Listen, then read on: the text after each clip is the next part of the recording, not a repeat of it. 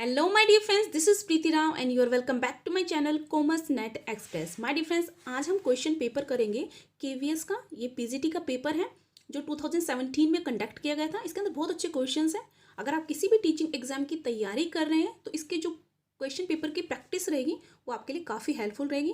तो इसको हम एनालाइज करेंगे, देखेंगे केवीएस ने कैसे क्वेश्चन पूछे थे और हम इसके जो प्रैक्टिकल क्वेश्चन है उनको भी सोल्व करेंगे। Okay, so let's get started.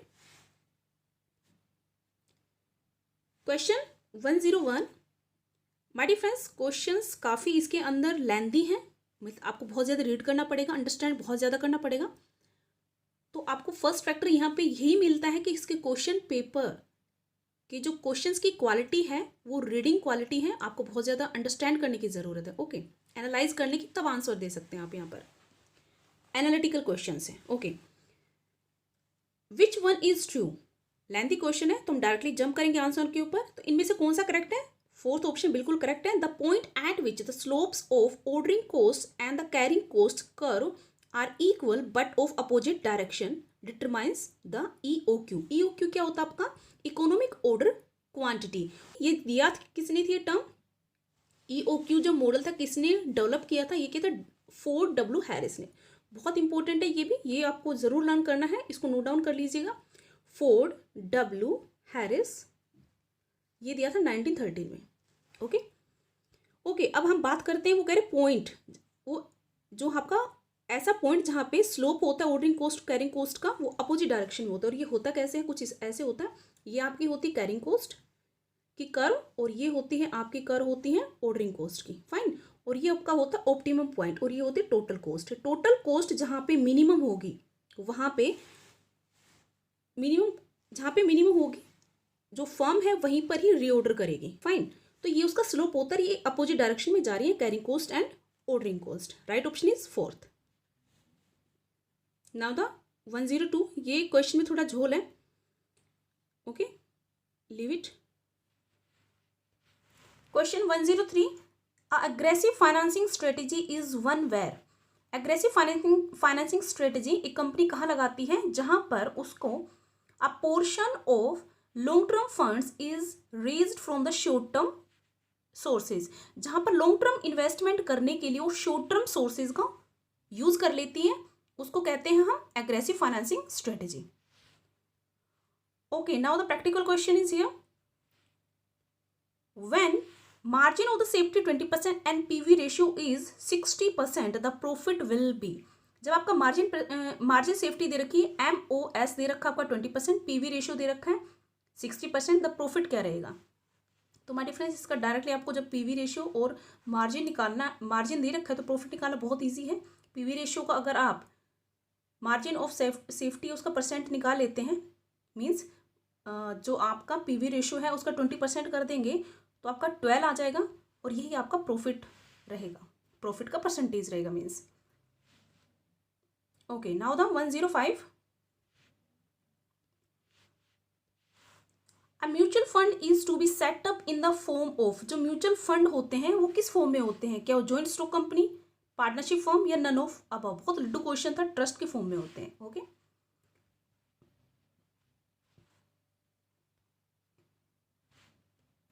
$106, which is false. इसमें फॉल्स क्या है ये बताना है। तो इसका राइट ऑप्शन है फर्स्ट, ये फॉल्स है। जो हमारे करेक्ट उनको देख लेते। Privatisation aimed at reducing the role of public sector. Question 107, which one is false. इसमें कौन सी स्टेटमेंट फॉल्स है ये बतानी है। तो राइट ऑप्शन इसका डायरेक्टली जंप करते हैं सेकंड के ऊपर।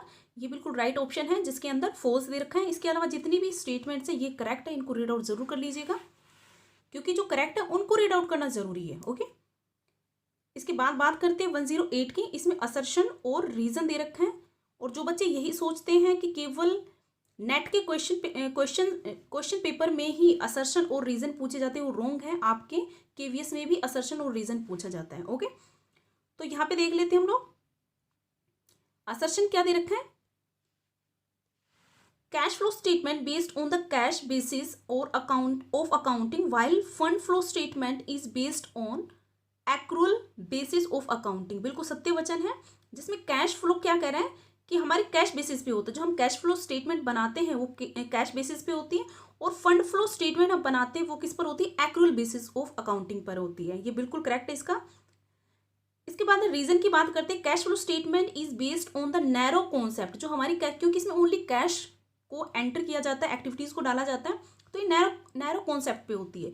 फंड फ्लो स्टेटमेंट जो होती है वो वाइडर कॉन्सेप्ट होता है। तो दोनों ही बिल्कुल सही है, राइट ऑप्शन रहेगा third. Both A and R correct and R is the correct explanation of A. Okay, now 109, in modern time a finance manager is not concern with, जो फाइनेंस मैनेजर मॉडर्न टाइम के अंदर finance manager का क्या काम नहीं है एक company के अंदर, तो राइट ऑप्शन है उसका काम रिकॉर्ड रखने का नहीं है, क्योंकि उसके लिए तो उसके जो असिस्टेंट होते हैं वो होते हैं, मीन्स क्लैरिकल वर्क है, ये इसका काम नहीं है। इसके अलावा वो क्या करता है, allocation of the funds to different project, investment करते हैं डिफरेंट प्रोजेक्ट में, अलोकेशन करता है फंड्स की, the measurement of the result of the each allocation of fund, और उसके बाद क्या करते हैं, इन्वेस्टमेंट करने के बाद उसका रिजल्ट देखते हैं कि आपने जो एलोकेशन किया था फंड्स का उनको मेजर करते हैं उनके रिजल्ट को, ठीक है। इसके बाद फोर्थ है the total amount of the capital employed, कितना अमाउंट उसने कैपिटल लगा रखा है वो, तो राइट ऑप्शन इसका रहेगा third. 1010,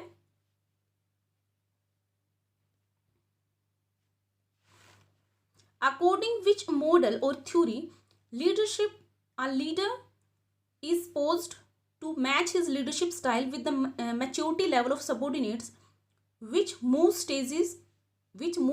in stages and has a cycle।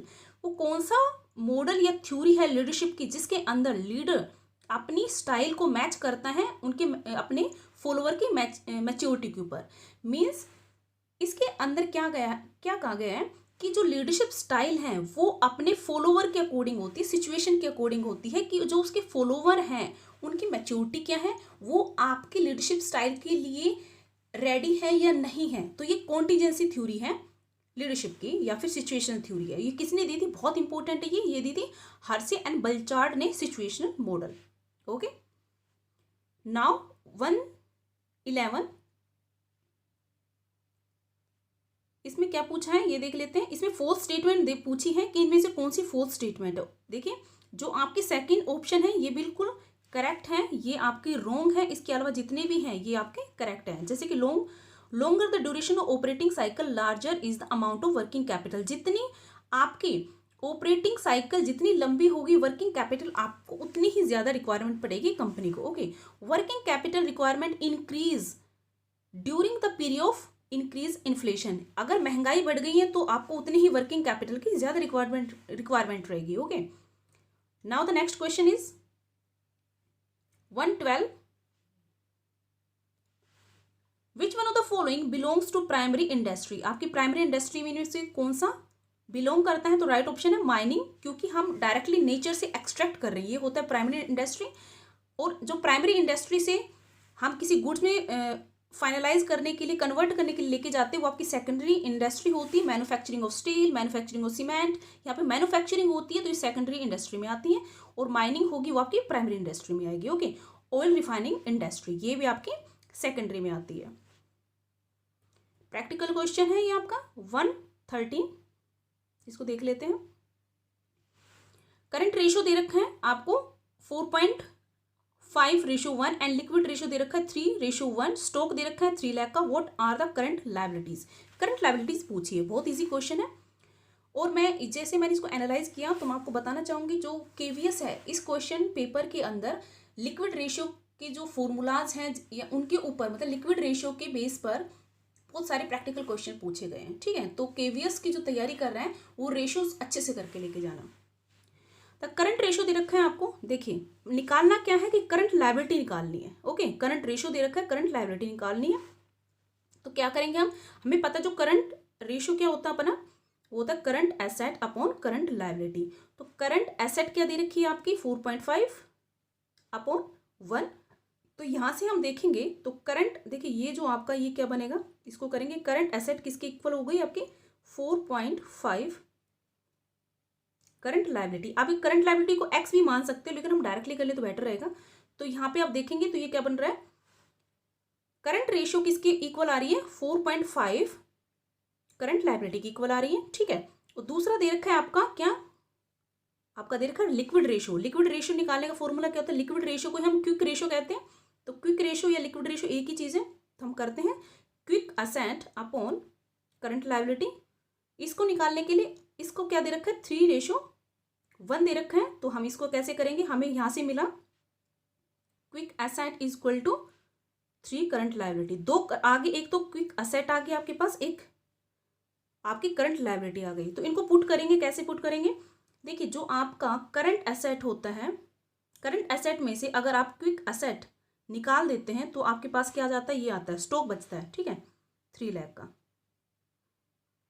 तो इनके अंदर जो करंट एसेट है हमने यहां से निकाली, इसको 4.5 करंट लायबिलिटी माइनस आपका ये जो आपका करंट क्विक एसेट है 3 करंट लायबिलिटी, और ये हो गया 3 lakh.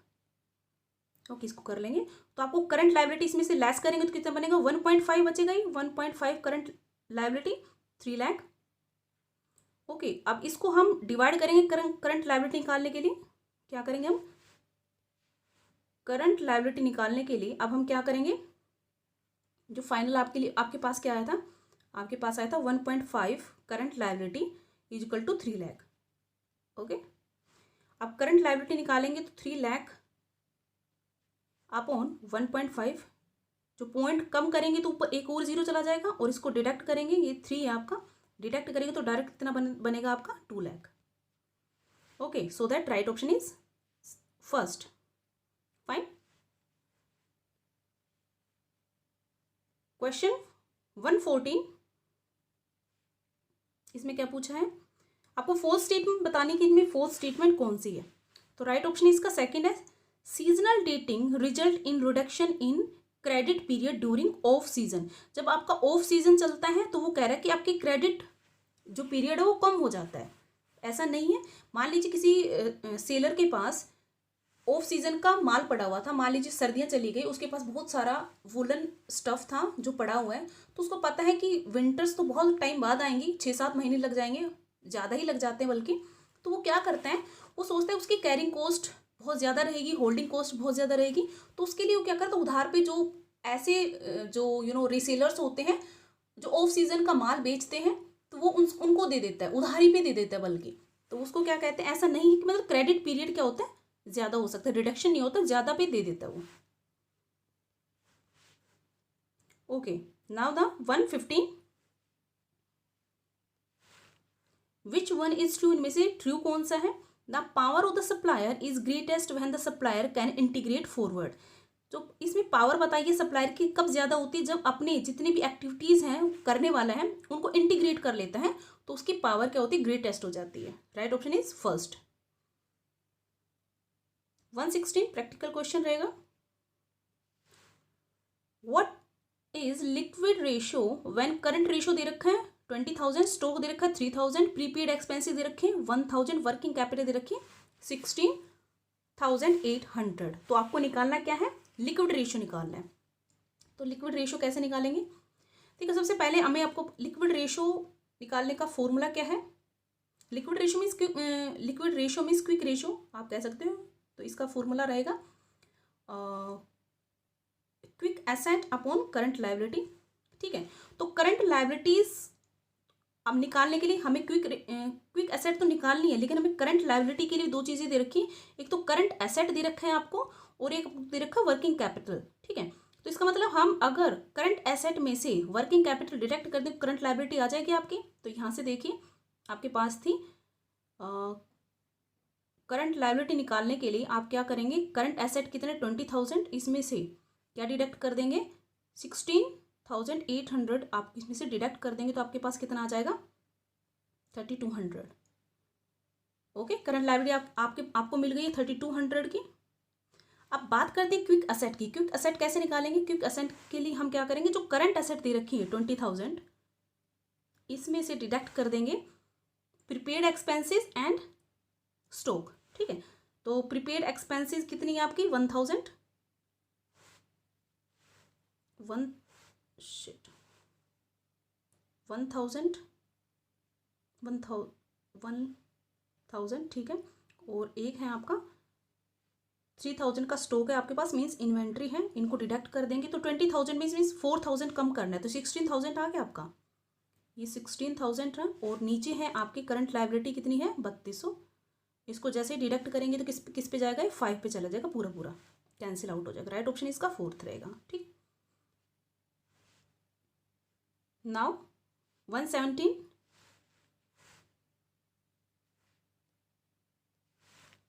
which of the following rights usually not available to the partner consequent to the dissolution of a firm। जब हम एक फर्म का डिसोल्व करते हैं तो इनमें से कौन सा राइट नहीं रहेगा किसी पार्टनर का। तो राइट दिए हैं, तो देखिए जो राइट टू बी कंसल्टेड है, ये मतलब कंसल्टेंट होने का उसको नहीं मिलेगा, कंसल्ट का उसको राइट नहीं मिलेगा। इसके अलावा उसको कौन कौन से राइट है, right of the equitable distribution of the firm property, right to return of the premium on the premature winding up, या फिर right to the restrain any partner और his representative from the use of the name of the property, मतलब वो उसके time पे property को use नहीं कर सकते, ये उसके राइट है, मतलब रोका जा सकता है अपने अदर पार्टनर को, लेकिन ये राइट नहीं दिया हुआ है, ठीक है। इसके बाद है 118, द इमोशनल और feeling segment of an attitude is known as. Emotion की बात जहाँ पे करते हैं, नाम हमें पता है भावना से ऊपर है, भावना है ये जो हम भाव होते जहाँ पे, तो डायरेक्ट ऑप्शन हमारा अफेक्टिव, ये भावात्मक घटक होते हैं, ठीक है। Okay, alright. 119 question, expertise competence role modelling ability to reward caring and information sharing the basis of. जो आपका एक ऐसा लीडर जिसके अंदर एक्सपर्टाइज भी है, मतलब एक्सपर्ट है, कॉम्पिटेंस उसके अंदर योग्यता है, कुछ क्षमता है, वो रोल मॉडल है, उसके पास एबिलिटी है कि वो रिवॉर्ड दे सकता है, मतलब बहुत अच्छी पोजीशन पे उसके पास योग्यता भी है, तो इस तरह की जो, और वो इन्फॉर्मेशन भी शेयर कर सकता है, तो कैसी पावर है उसके पास है परसुएसिव पावर। ओके,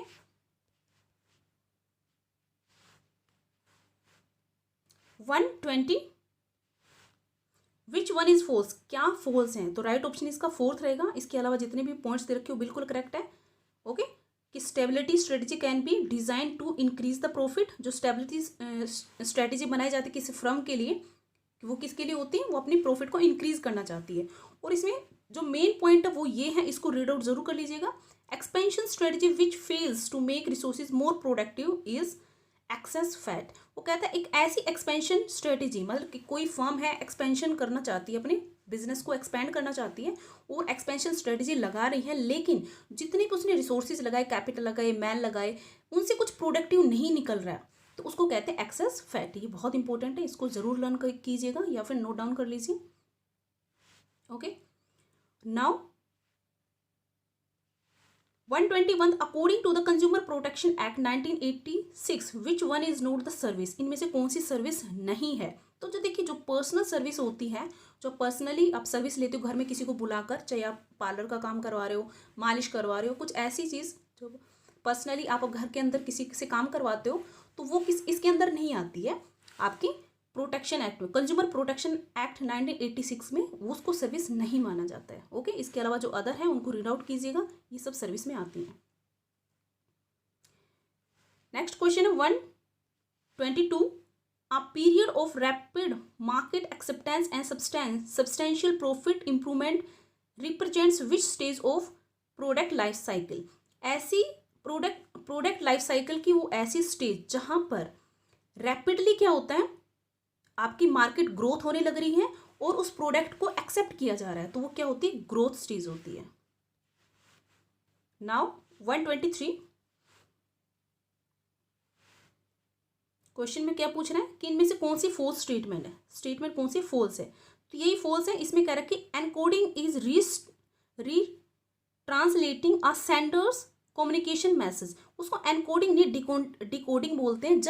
जब रिसीवर होता है, सेंडर के मैसेज को ट्रांसलेट करने की कोशिश करते हैं, समझने की कोशिश करता है, उसको डिकोडिंग कहते हैं। एनकोडिंग जो है वो कौन करता है, सेंडर ही करता है। Okay, now the next question is,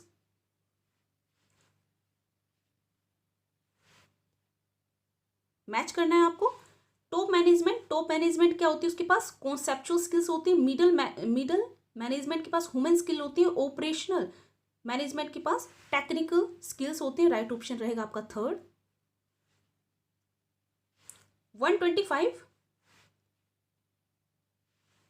which one of the following errors is disclosed by the trial balance? इनमें से कौन सा एरर है जो ट्रायल बैलेंस मीन्स शो कर देगा, डिस्क्लोज कर देगा? तो माय डिफरेंस, अगर पार्शियली कोई ओमिशन होता है, मतलब एक जगह आपने एंट्री कर दी दूसरी जगह नहीं की, या फिर एक जगह सही कर दी एक जगह गलत कर दी, जो पार्शियल ओमिशन होते हैं वो आपकी बहुत इजीली वहां पर आपका ट्रायल बैलेंस एग्री नहीं करेगा।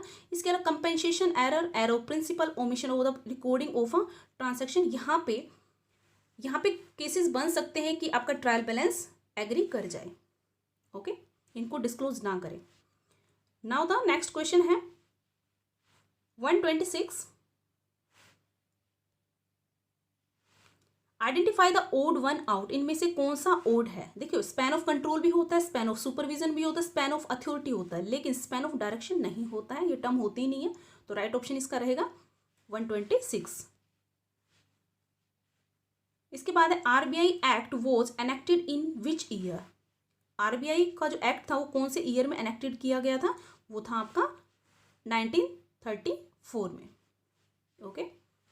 129, job costing is used in. जो जॉब कॉस्टिंग होती कहाँ पे यूज की जा रही है? तो देखो, ब्रिक में बनाते हैं, ब्रिक मेकिंग, यहाँ पे बैच कॉस्टिंग होती है, सीमेंट में प्रोसेसिंग होती है, केमिकल में प्रोसेसिंग होती है, लेकिन जो आपकी शिप बिल्डिंग होती है इसके अंदर जॉब कॉस्टिंग होती है। Okay. 129 question, the relation to accounting system using DBS database management system. Okay, in relation to accounting system, हम एक अकाउंटिंग सिस्टम के अंदर डाटाबेस मैनेजमेंट सिस्टम यूज कर रहे हैं।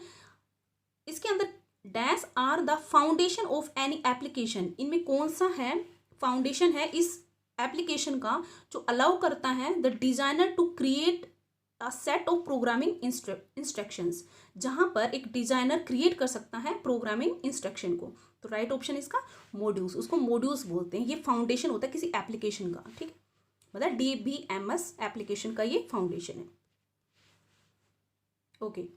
कॉल्स इन एडवांस, जो आपकी कॉल्स इन एडवांस होती हैं, जब मनी मंगवाई जाती है कॉल पर और उस पर एडवांस में कुछ आ जाता है तो उसको हम कहते हैं कंपनी की वो करंट लायबिलिटी बन जाती है।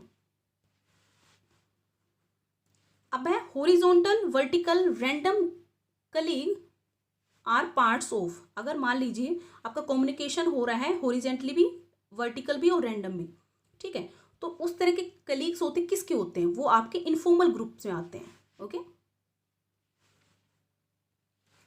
ओके, इसको देख लेते, थोड़ा इंपॉर्टेंट है, इसको एक बार देख लीजिएगा। क्वेश्चन काफी लेंथी है लेकिन इसका आंसर बहुत छोटा है। एक ट्रांसपोर्ट कंपनी है, परचेज की उसने डिलीवरी ऑफ ट्रक 60 लाख का। ओके, एक डिलीवरी ट्रक लिया, उसने परचेज किया था 60 लाख का। कंपनी एस्टिमेट करती है कि ट्रक 1 लाख तक चलेगा 10 साल में।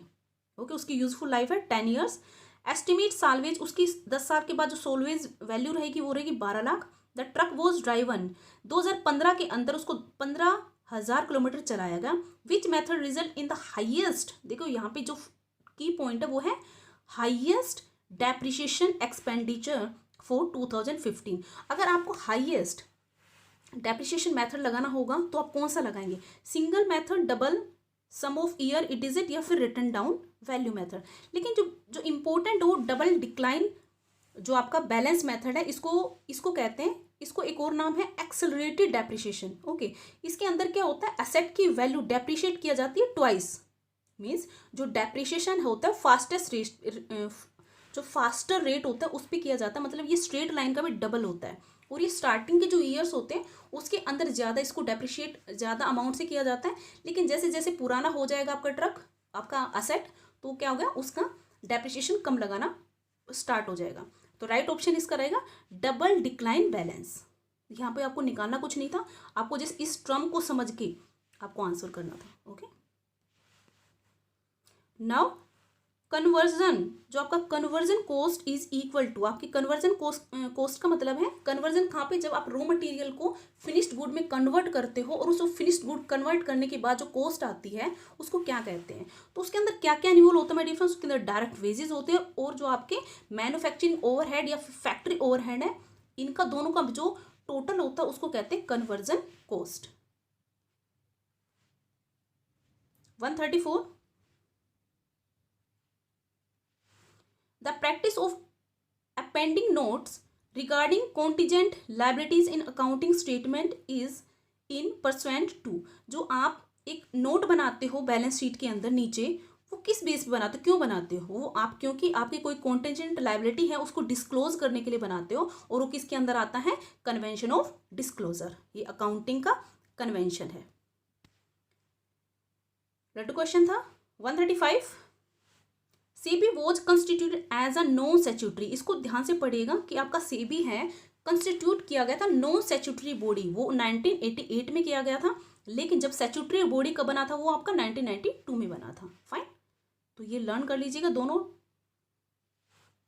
और सेबी आरबीआई से जरूर क्वेश्चन आता है, हर क्वेश्चन पेपर में मिलता है। अकॉर्डिंग टू थ्योरी वाई, जो आपकी वाई थ्योरी है label by the Douglas McGregor, देखो जो आपकी एक्स और वाई थ्योरी थी किसने दी थी, डगलस मैकग्रेगर ने दी थी। उसने जो अजम्पशन है इनमें इसका जो वाई थ्योरी थी उसके अकॉर्डिंग कौन सा अजम्पशन नहीं है ये पूछा है। राइट ऑप्शन है first, employees will seek formal direction when ever possible, ऐसा कुछ नहीं है कि केवल जो एम्प्लॉइज है केवल आपका फॉर्मल डायरेक्शन ही लेना चाहेंगे, इनफॉर्मल भी ले लेंगे आपसे सलाह। ओके, प्रैक्टिकल क्वेश्चन रहेगा, प्रैक्टिकल क्वेश्चन, हाँ चलो देखते हैं इसको, बहुत इजी क्वेश्चन है ये भी।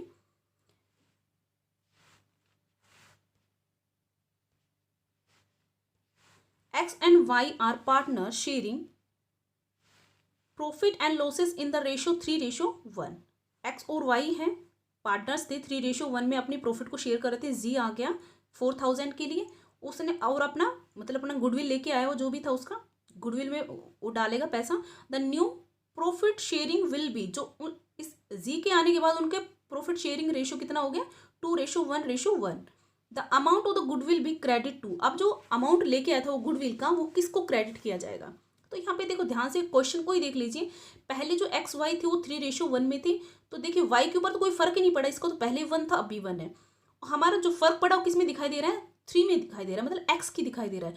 तो उसने क्या किया, एक्स का यहाँ पे क्या सेक्रीफाइस किया है कि इसने अपना 3 में से जो उसका 3 था हिस्सा था, उसने 2 तो अपने पास रख लिया, एक हिस्सा किसको दे दिया, वाई को दे दिया, सॉरी जी को दे दिया।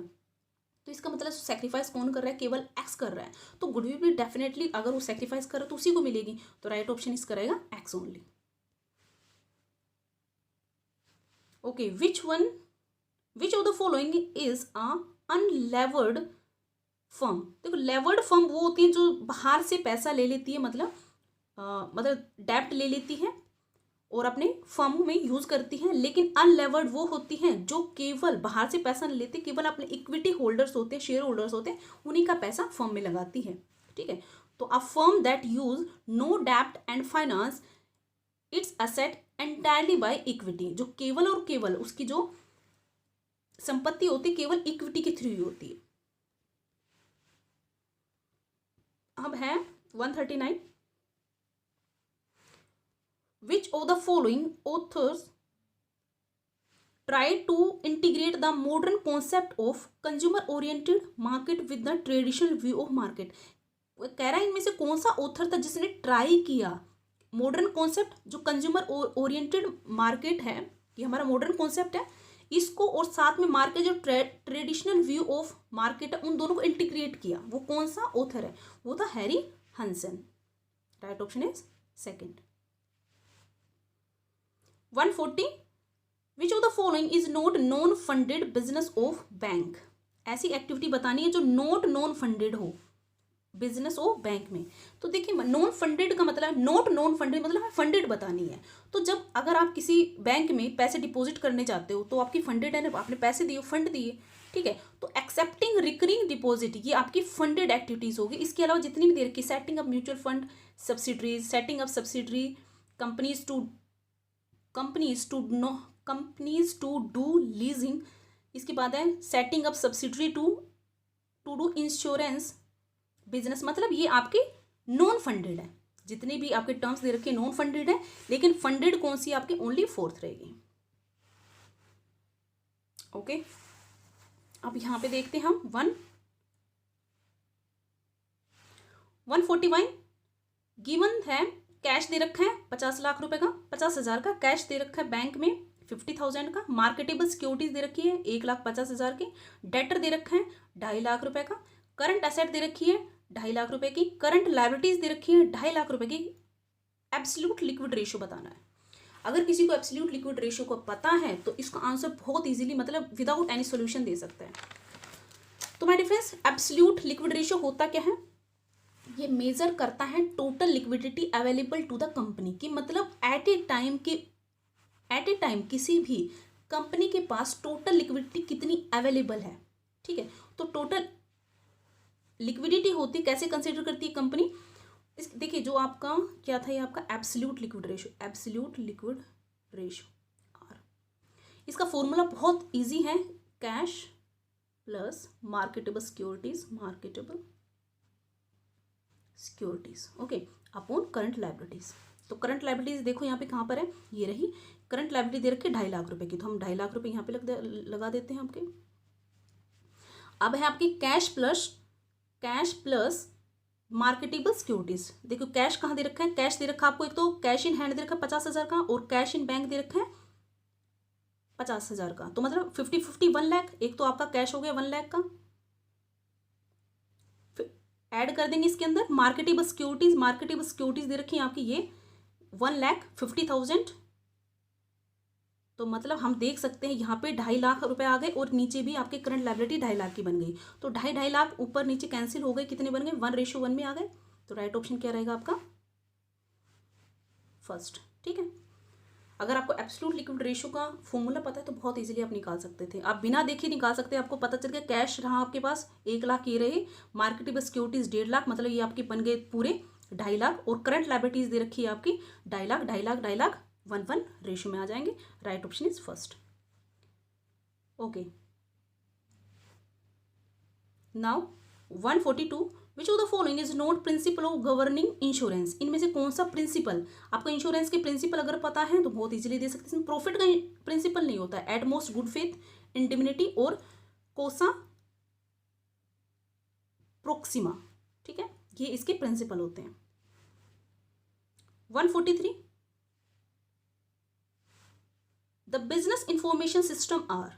बिजनेस के इंफॉर्मेशन सिस्टम कौन सा होता है, मतलब क्या है? ये कहता है जो आपका इंफॉर्मेशन सिस्टम है बिजनेस के अंदर, इंफॉर्मेशन सिस्टम जो होता है किसी रिस्ट्रिक्ट नहीं होता किसी पर्टिकुलर फंक्शन एरिया से, कि ऐसा नहीं कि एक अलग से डिपार्टमेंट या फंक्शनल एरिया है कि वहीं से इंफॉर्मेशन आ गई, तो रिस्ट्रिक्शन नहीं होती है। Right option is second.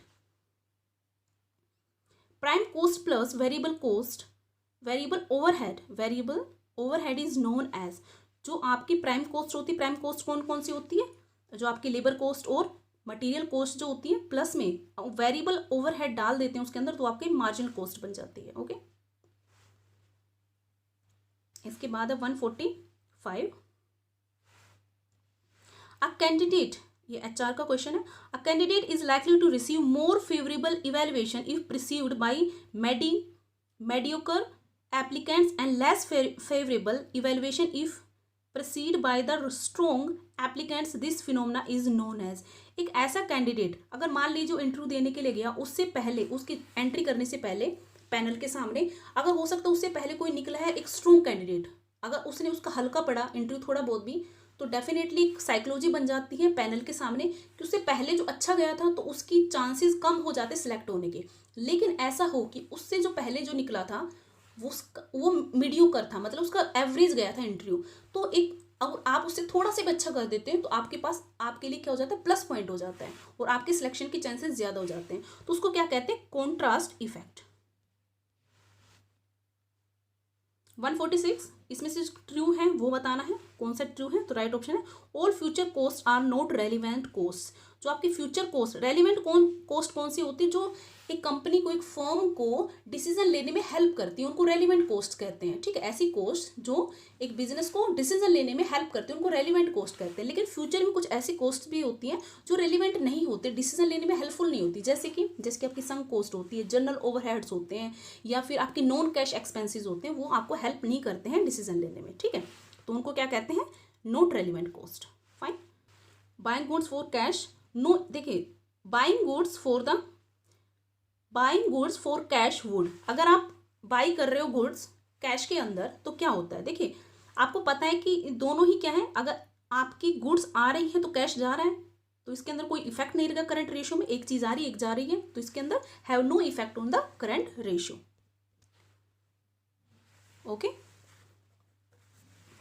इसके बाद है 148, द इंटरेस्ट कवरेज रेशियो और the times interest earn is used to test, जो आपका इंटरेस्ट कवरेज रेशियो होता है वो किस लिए यूज किया जाता है, तो इंटरेस्ट कवरेज रेशियो क्या होता है, वो आपका मेजर करता है कंपनीज की एबिलिटी कि वो पेमेंट कर पाए अपने जो डेब्ट के ऊपर इंटरेस्ट लग रहा है ड्यू डेट पर, वो दे भी पाएगा या नहीं दे पाएगा, उसकी एबिलिटी को चेक करता है।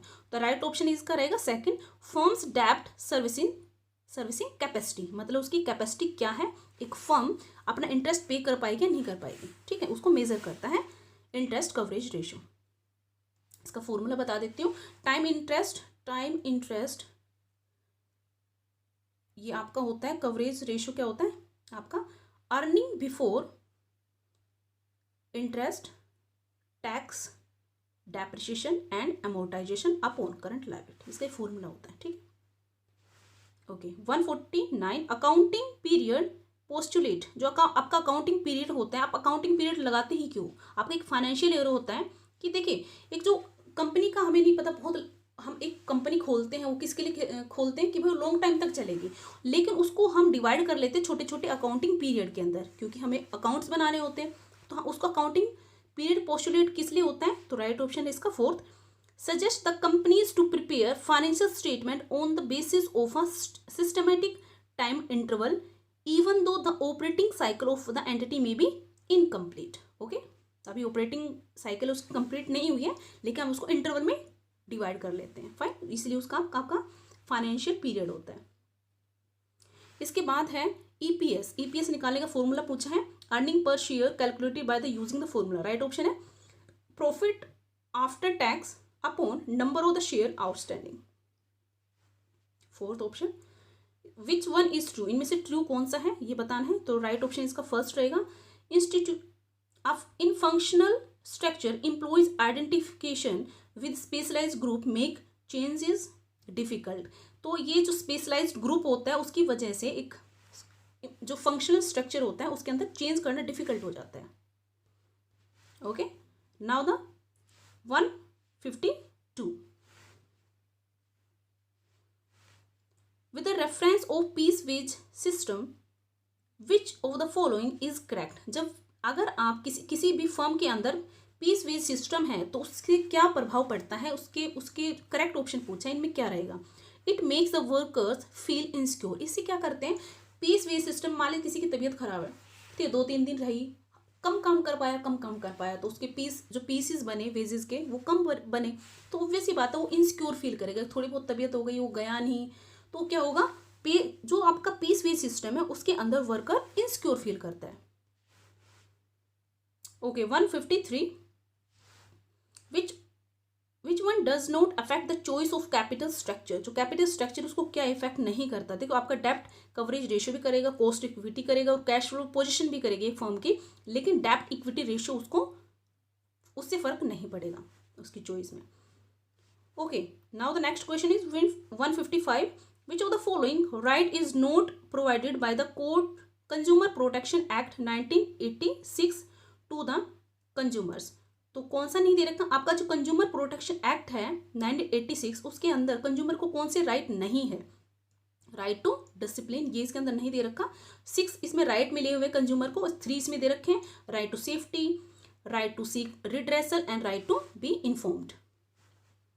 155,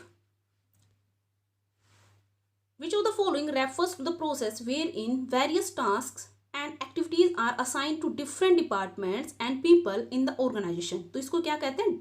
इसको बोलते हैं डिफरेंशिएशन, कि एक ऐसा प्रोसेस जिसके अंदर जितनी वेरियस एक्टिविटीज होती है ऑर्गेनाइजेशन के अंदर, उसको डिपार्टमेंट के अंदर आप क्या करते हो, बांट देते हो, उनको असाइन कर देते हो, उसको कहते हैं डिफरेंशिएशन एक्टिविटीज को। 156 कौन सी स्टेटमेंट है जो ट्रू है? थोड़ा जल्दी चलेंगे क्योंकि बहुत लंबी आपकी वीडियो बन गई है और काफ़ी क्वेश्चन आपके रह रहे हैं अभी। ओके, इनमें से कौन से ट्रू स्टेटमेंट है ये देखना है। तो राइट ऑप्शन इसका फोर्थ है, the valuation of the stock is at a higher price in the absorption costing as compare to marginal costing. क्यों? क्योंकि एब्जॉर्प्शन कॉस्टिंग के अंदर आप फिक्स्ड कॉस्ट भी लेते हो और वेरिएबल कॉस्ट भी, दोनों लेकर चलते हो, लेकिन मार्जिन कॉस्टिंग के अंदर केवल आप वेरिएबल कॉस्ट लेते हो। ठीक है, इसलिए इसके हायर प्राइस रहते हैं। इसके बाद 157, विच of the following is the drawback of the scientific management. जो साइंटिफिक मैनेजमेंट है उसका ड्रॉबैक क्या है? उसका है एक्सप्लॉयटेशन ऑफ वर्कर्स। वर्कर्स का एक्सप्लॉयटेशन किया जा रहा है, इसके अंदर ज़्यादा काम लिया जा रहा है। ओके, इनमें से कौन सी स्टेटमेंट है जो करेक्ट है? करेक्ट स्टेटमेंट आपको डायरेक्टली जंप करते हैं आंसर के ऊपर, जो थर्ड रहेगी। टेलर ने जो प्रिंसिपल दिए थे वो किसको फोकस किया था? उसके लिए वर्कर्स की एफिशिएंसी के लिए दिए थे, लेकिन जो फेओल ने जो प्रिंसिपल दिए थे वो किसको फोकस किया था? मैनेजरल एफिशिएंसी को। इसको लर्न कर लीजिए, बहुत अच्छा क्वेश्चन, कई बार पूछा गया। ओके, इसके बाद 159,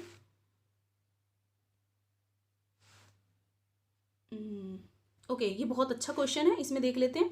अ machinery was purchased and installed on 1 April 2015 by the X limited. Costing है उसकी 5 lakh with projected useful life of 10 years and estimated salvage value of 50,000। If the company charges depreciation 20% by diminishing balance method, amount of the depreciation to be charge second year. तो आपको बताना है, बहुत easy question है। आप इसमें क्या करेंगे, आपको क्या लगाना है, इसमें जो मेथड लग रहा है वो डिमिनिशिंग का लग रहा है। तो आप देखिए, जो आपकी 5 लाख रुपीज़ की जो मशीनरी थी उसके ऊपर 20% लगाएंगे तो कितना बनेगा? 1 लाख बनेगा। ठीक है, 5 लाख का 20% कितना रहेगा? 1 लाख रहेगा। आप जो सेकेंड ईयर लगाएंगे 2017 में, तो आप क्या करेंगे, आप उसके ऊपर मीन्स आप इसमें से डिडक्ट करेंगे, मतलब 4 लाख रह गया। 4 लाख के ऊपर फिर से आप 20% लगाएंगे तो कितना रहेगा आपका? ऑब्वियसली आपका 80,000 रहेगा। ठीक है, तो so that right option is first. ये डेप्रिसिएशन का क्वेश्चन था। ओके, ये भी अच्छा क्वेश्चन है। The ending balance of the owner equity is 1,02,000 during the year of the owner contributed 15,000, withdraw के 6,000। if the firm had a net income 13,000 on the year, what was the beginning owners equity? एक equity holder है, उसके पास, उसने, हमें नहीं पता उसने starting में कितना पैसा लगाया। ठीक है, हम मानते उसने बिगिनिंग में कितने लगाए? एक्स लगाए। ठीक है, तो अब हम क्या करेंगे, ओनर ने कॉन्ट्रीब्यूट इसमें कितना किया? 15,000 किया, तो हम इसमें ऐड कर देते हैं 15,000 उसने ऐड किया इसके अंदर, एक्स के अंदर। ठीक है, फिर उसने क्या किया? विड्रॉ भी कर लिए। कितने कर लिए उसने विड्रॉ किए? उसने 6,000।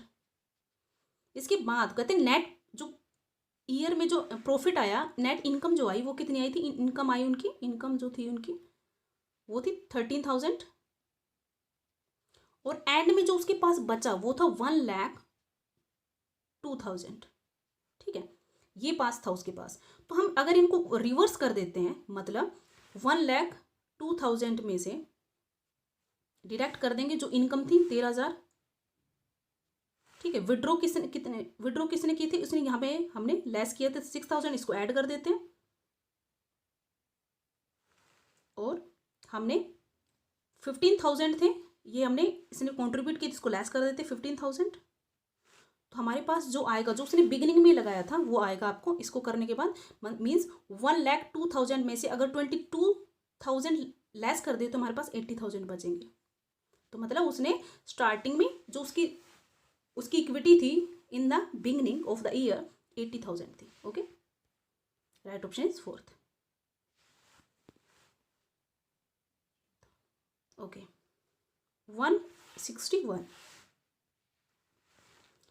the time limit for filing a complaint before the district forum, the state commission of the national commission as case में भी, देखिए आपको अगर कोई कंप्लेन, ये कंज्यूमर प्रोटेक्शन एक्ट के अंतर्गत अगर आप कोई भी कंप्लेंट करते हैं, कई चाहे वो डिस्ट्रिक्ट फोरम हो, स्टेट कमीशन हो या फिर नेशनल कमीशन हो, तो आपको कितनी टाइम पीरियड, मान लिया आपके पास धोखा हुआ, आपके साथ कोई भी फ्रॉड हुआ है आज, अब 2 साल तक के आपके पास टाइम है, आप कभी भी जाके फाइल कर सकते हो अपना केस, ठीक है। Right option is third. इसके बाद है अकॉर्डिंग टू द घी, हमारा वाला घी है, okay, according to ghee and Thayer model for the identifying training needs which of the following is required. तो ये सब होंगे ऑर्गेनाइजेशन एनालिसिस, टास्क एनालिसिस और मैन एनालिसिस। मतलब जो उन्होंने मॉडल दिया था आइडेंटिफाई करने के लिए ट्रेनिंग नीड्स की, मतलब एक ह्यूमन रिसोर्स की अगर ट्रेनिंग की नीड है तो उन्होंने कौन सा मॉडल दिया था और उनके अंदर क्या क्या रिक्वायरमेंट था आइडेंटिफाई करने के लिए, तो उनको देखना था। मतलब एक फर्म देखेगी कि उसको ऑर्गेनाइजेशन की एनालिसिस करेगी, टास्क एनालिसिस करेगी और देन मैन एनालिसिस करेगी। मैन एनालिसिस को हम इंडिविजुअल बोल सकते हैं और टास्क एनालिसिस को ऑपरेशंस एनालिसिस बोल सकते हैं, और उसके बेसिस के ऊपर वो ट्रेनिंग देती है, ठीक है, कि वहाँ पर रिक्वायरमेंट है या नहीं है। Okay, 163 the obligation of subordinate to properly perform the assigned duty is known as. आप ऑब्लिगेशन देते किसी सबॉर्डिनेट को कि भाई ये मेरी ड्यूटी कर दीजिए, तो वो उसकी क्या होती है, उसको क्या बोलेंगे, रेस्पॉन्सिबिलिटी। आपने एक रेस्पॉन्सिबिलिटी दी है कोई काम करने का, ठीक है। Okay, 164 which of the following is a component in the function of the direction. इनमें से कौन सा कंपोनेंट है डायरेक्शन का, फंक्शन ऑफ द डायरेक्शन का, तो कौन सा है, सुपरवाइजिंग द सबॉर्डिनेट, ये कंपोनेंट है फंक्शन ऑफ द डायरेक्शन का। 165 इसमें ट्रू स्टेटमेंट बतानी, ट्रू स्टेटमेंट कौन सी है, तो राइट ऑप्शन इसका फर्स्ट ही है। A market is the set of all actual and potential buyers of a product और सर्विस। मार्केट क्या होती है, इसके अंदर आपके एक्चुअल बायर्स भी होते हैं, पोटेंशियल जिनको आप टारगेट करके चलते हैं कि भाई इनको कन्वर्ट करना चाहते हैं एक्चुअल बायर्स में, वो आपके पोटेंशियल बायर्स होते हैं, तो इन दोनों का मिक्सचर होती है आपकी मार्केट। 166 में ट्रू स्टेटमेंट बतानी है, तो राइट ऑप्शन इसका सेकंड रहेगा।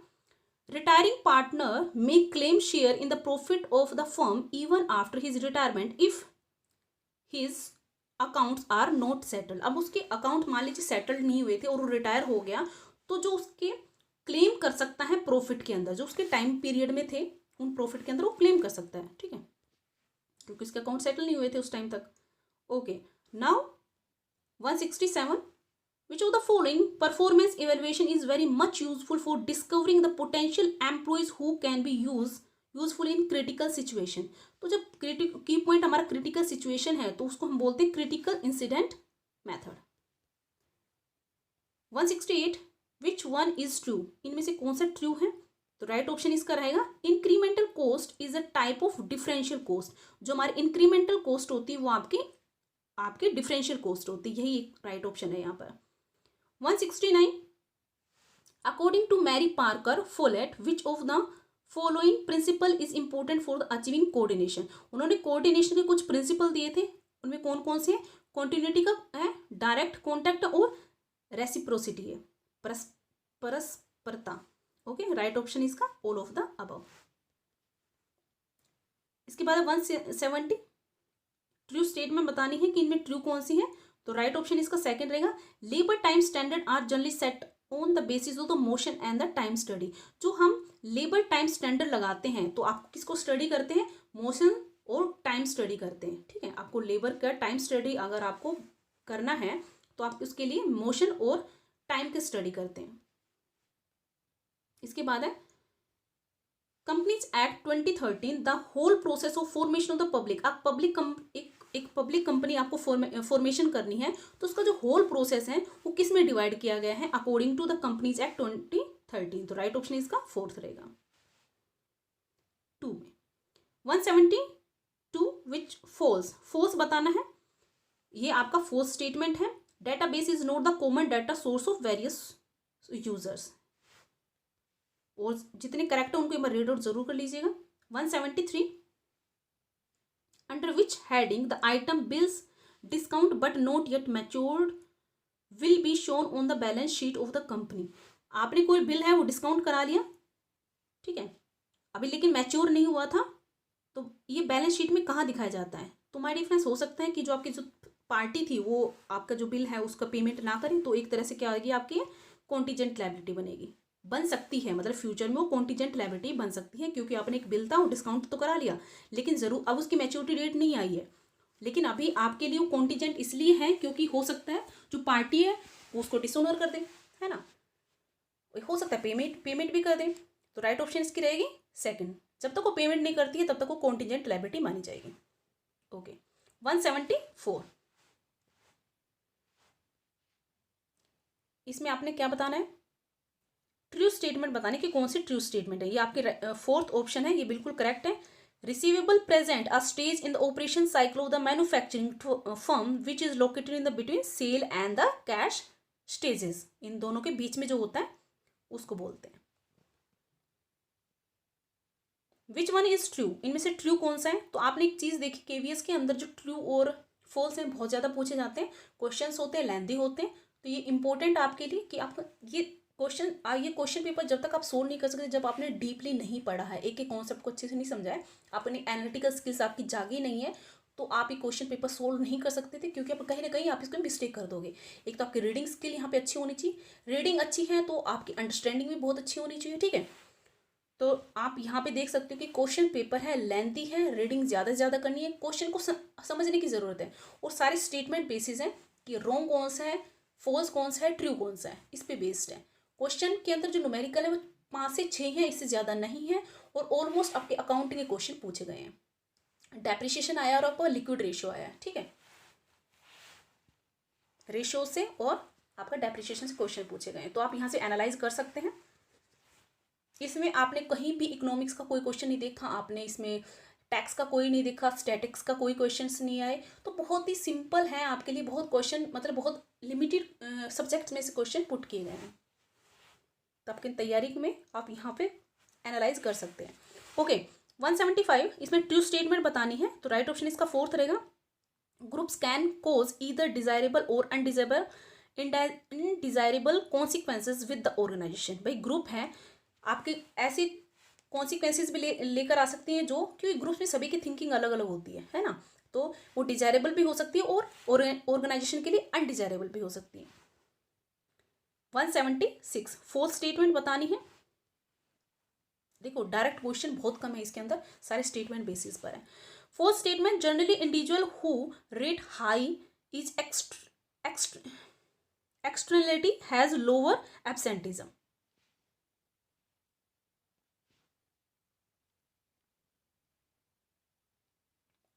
177,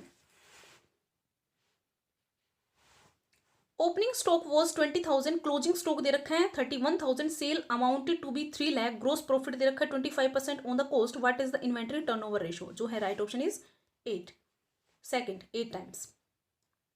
178, इसमें ट्रू कौन सा है ये बताना है, तो राइट ऑप्शन इसका third, credit sales increase the working capital. आप क्रेडिट सेल कर देते हो, आपकी वर्किंग कैपिटल क्या होती है, इंक्रीज हो जाती है, क्योंकि आपका हो सकता है कि पैसा है रुक भी सकता है, तो इंक्रीज जैसे ज्यादा सेल होगी क्रेडिट, आपका वर्किंग कैपिटल इंक्रीज हो जाएगा,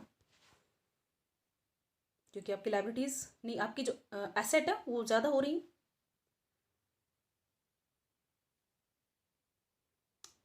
credit sale increase the working capital, मतलब आपके डेटर बढ़ रहे हैं, right. Okay 179, which one is true, इनमें से क्या ट्रू है, payment of dividends is a use of fund, जो पेमेंट करते हैं डिविडेंड का, आप एक तरह से यूज कर रहे हैं फंड्स का, बिल्कुल करेक्ट है, सत्यवचन। चलिए नेक्स्ट पे चलते हैं। 180, when a company issues share at the premium, that share premium can be used full और इन द पार्ट ऑफ। अगर कोई कंपनी है इश्यू करती है प्रीमियम के ऊपर शेयर्स को, तो वो उसको कहाँ पे यूज किया जा सकता है, या तो आप इसके अंदर राइटिंग ऑफ कर सकते हैं प्रीलिमिनरी एक्सपेंसेस, इनकॉर्पोरेशन से पहले अगर आपने कोई एक्सपेंसेस किए थे उनको आप राइट ऑफ कर सकते हैं, ठीक है, उसके अंदर यूज किया जा सकता है। अब गुडविल वगैरह यहाँ पे या फिक्स्ड एसेट के अंदर या फिर एडवर्टाइजमेंट के अंदर इसका एक्सपेंस नहीं दे सकते, मतलब पैसे नहीं लगा सकते इसका। फोर्थ स्टेटमेंट बतानी है, कौन सी फोर्थ स्टेटमेंट है, तो राइट ऑप्शन इसका फर्स्ट ही रहेगा। Straight line method of depreciation is followed to have uniform charge for depreciation and repair and maintenance together. इसके अंदर जो करेक्ट है उनको देख लीजिएगा, ठीक है। Depreciation, amortise expenditure. मतलब इस तरह के ये क्वेश्चन, इनको रीड आउट बहुत ज़रूरी है, ये भी ज़रूर कीजिएगा अगर आप केवीएस की तैयारी करेंगे तो रीडिंग बहुत अच्छी होनी चाहिए आपकी। 182, विच of the following is not involve in the concentration in marketing function. जब आप कंसंट्रेशन कर रहे हैं किसके अंदर, मार्केटिंग फंक्शन में, तो क्या है, क्या इन्वॉल्व नहीं रहेगा। देखिए इसके अंदर आप स्टोरिंग भी करेंगे, रिस्क बेयरिंग भी होगा आपका, डिवाइडिंग भी कर सकते हैं आप, लेकिन इसमें ग्रेडिंग जो होती है वो आपका नहीं होता। सॉरी वेट, आप स्टोरिंग करेंगे, ग्रेडिंग भी करते हैं आप प्रोडक्ट्स की, रिस्क बेयरिंग भी करते हैं, लेकिन डिवाइडिंग नहीं करते हैं। ठीक है, राइट ऑप्शन इसका रहेगा फोर्थ। 183, इसमें से जो आपका ट्रू है स्टेटमेंट वो बताना है। तो ट्रू स्टेटमेंट है fourth, efficiency is the ratio of effective output to the input required to the achieve it. हम जो एफिशिएंसी रेशियो लगाते हैं वो क्या लगाते हैं, इसके अंदर देखते हैं कि हमने जितने भी इनपुट डाले उसका आउटपुट क्या निकला, है ना। एफिशिएंसी रेशियो यही होता है, इसका इफेक्ट देखता है कि जो आपने इनपुट डाला उसका आउटपुट क्या रहा, ये आपका एफिशिएंसी रेशियो होता है।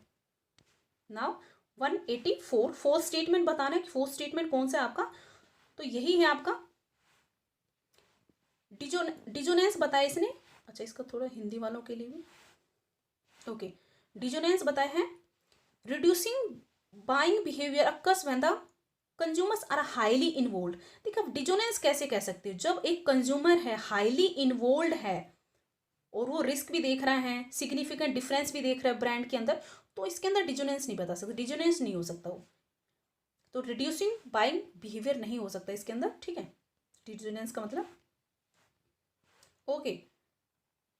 185, dash communication attempts to increase the organisational efficiency by the speeding of information and cutting across departmental barriers, उसको कहते हैं डायगोनल। ये आप डायगोनल कम्युनिकेशन क्या करता है, इसके आपके ऑर्गेनाइजेशन की एफिशिएंसी को बढ़ा देता है। 186, इसमें ट्रू स्टेटमेंट बतानी है, ट्रू स्टेटमेंट कौन सी है, तो so that right option is second. Wrong statement पढ़ने का कोई फायदा नहीं है, डायरेक्ट आप जो राइट है उसी को देखिए। In the event of retirement of partner the joint life policy already appears in the surrender value, no further adjustment is required. ये बिल्कुल करेक्ट है आपके, कि रिटायरमेंट होने के बाद, जब रिटायरमेंट होता है उसका पार्टनर का, तो जॉइंट स्टॉक जो पॉलिसी है ऑलरेडी अपीयर हो रही है सरेंडर वैल्यू पे, तो उसको एडजस्ट करने की जरूरत नहीं रहेगी आपको। इसके बाद है identify odd one, odd one बताना है।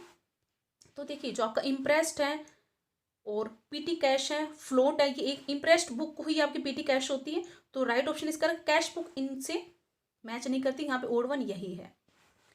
इसके बाद बात करते हैं हम 188 की, विच of the following is a prominent joint sector enterprise in India, उसको कहते हैं कोचिन रिफाइनरीज। ये हमारा प्रोमिनेंट है, मतलब काफ़ी मशहूर है ये कोचिन रिफाइनरीज।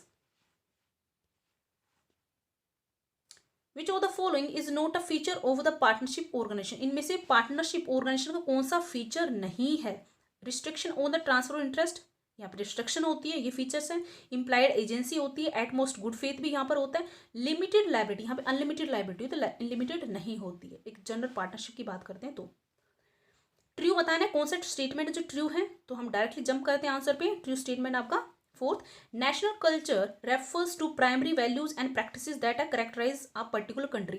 एक पर्टिकुलर, जैसे हमारी इंडिया की जो प्राइमरी कल्चर है वो कैसा होता है, हमारी वैल्यूज़ के ऊपर डिपेंड करता है, हमारी प्रैक्टिसेस जो है, हम हिंदू हैं, मतलब हिंदू सब हैं, बहुत सारे हैं हमारे, उसी से हमारा कल्चर पता चलता है कि बहुत सारे यहाँ पे अलग अलग लोग हैं, अलग अलग धर्म हैं, तो उसी तरह का हमारा कल्चर है। ठीक है, तो ये हमारी होती है प्राइमरी, हमारा national culture. Okay, now the next is 191, which of the following is a cause of business risk, इनमें से कौन सा है जो कोज ऑफ बिजनेस के लिए रिस्क बन सकता है। नेचुरल क्लाइमेटीज आ जाती है, वो भी रिस्क हो सकता है। चेंज इन टेक्नोलॉजी में चेंज हो जाए, या फिर नेग्लिजेंस हो जाए एम्प्लॉयज की, तो राइट ऑप्शन इसका रहेगा fourth. 192, promoter of joint stock company shall not be liable for, जो प्रोमोटर्स होते हैं जॉइंट स्टॉक कंपनी के, वो किसके लिए लायबल नहीं होंगे, ये पूछा है। So that right option is a third, commencement of the business by the company without conforming to the capital subscription requirement।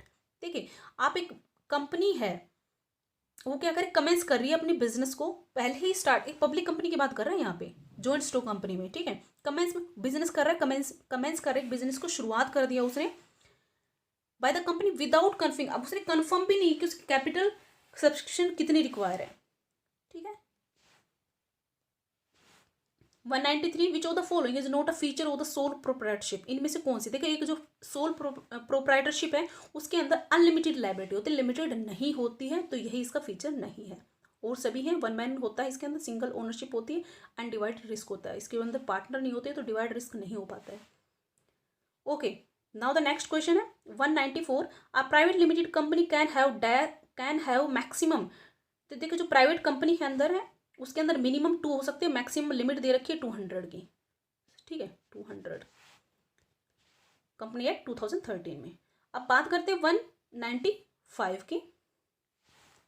According to FW Taylor, prosperity for the employer cannot exist for a longer time unless it is accompanied by prosperity of the employee. Which of the scientific management principles support this?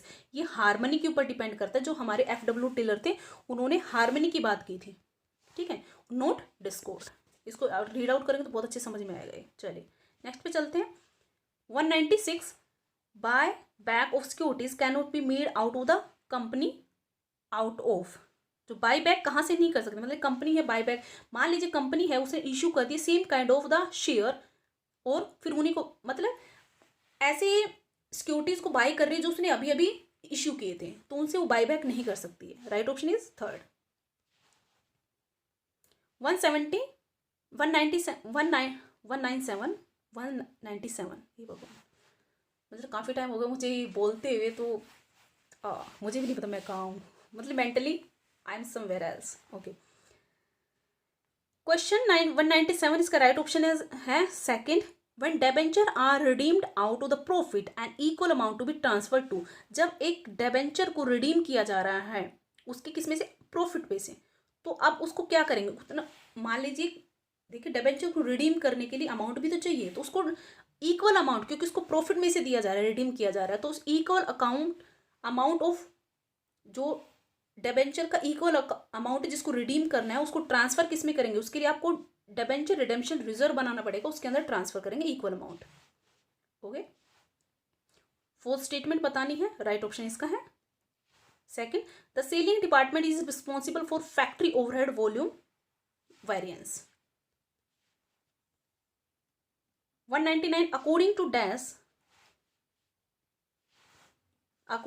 Dash of human resource accounting, an individual value to the organization is determined by the service he is expected to render to the organization during the period he is likely to remain with the organization in the various position। देखिए ये बताया था आपका flame holes model में कि जो human resource accounting है इसका मतलब क्या है कि आपकी वैल्यू देख रहे कि इंडिविजुअल की, कि वो ऑर्गेनाइजेशन के अंदर आया, उसने कितना टाइम सर्विस दिया, तो उसकी वैल्यू बताता है कौन, ह्यूमन रिसोर्स अकाउंटिंग। ये मॉडल किसने दिया था, आपका फ्लेम होल्स मॉडल। काफी अच्छा क्वेश्चन है, इसको लर्न कर लीजिएगा। अब बात है 200 की, according to which approach the overall capitalisation rate and the cost of डेब्ट remain constant for the all degree of financial leverage. ये किसमें बोला गया, ये एजम्पशन है नेट ऑपरेटिंग इनकम अप्रोच में, नेट ऑपरेटिंग इनकम अप्रोच, ठीक है, NOI, इसमें बोला गया है कि इसके अंदर जो कैपिटलाइजेशन रेट है और कॉस्ट ऑफ डेबिट है वो हमेशा क्या रहते हैं, और आपके क्या होते हैं, आपके हमेशा कांस्टेंट रहते हैं, ठीक है। तो राइट ऑप्शन इसका रहेगा third. So my dear friends, ये एंड हो गया। This is all about today. Thank you so much, good luck, good bye.